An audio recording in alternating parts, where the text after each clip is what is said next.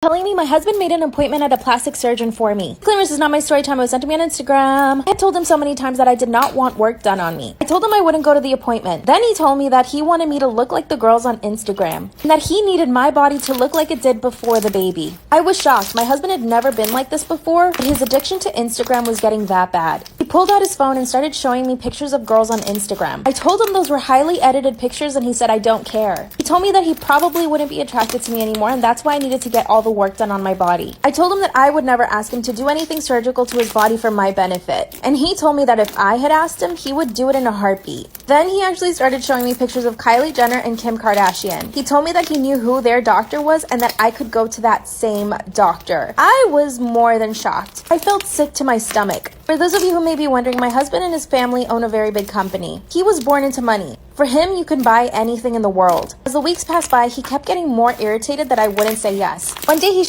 the asshole for asking my neighbors to keep their kids inside at certain times. So I just moved in with my husband and our dog, who is a pit bull mix, and who never had an actual yard to play in. We got him when we still lived in an apartment, and needless to say, he's having the time of his life out there. The problem is that we have neighbors, a husband and wife, with 4 kids, all of whom are quite young, and our dogs bark incessantly whenever they're in the yard at the same time. I talked to my husband and decided to ask the parents if they could prevent the children from going outside at certain times that our dog was out there.